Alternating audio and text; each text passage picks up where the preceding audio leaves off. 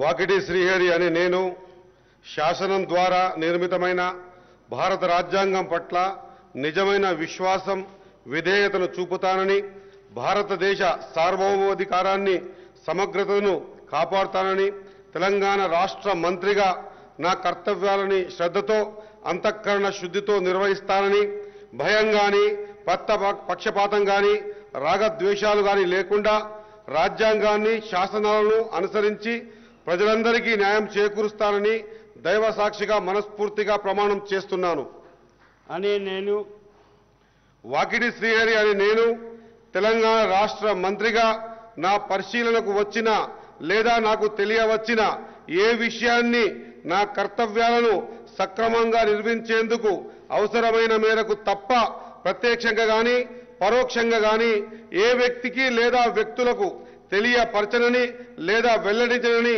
దైవ సాక్షిగా పవిత్ర హృదయంతో ప్రమాణం చేస్తున్నాను.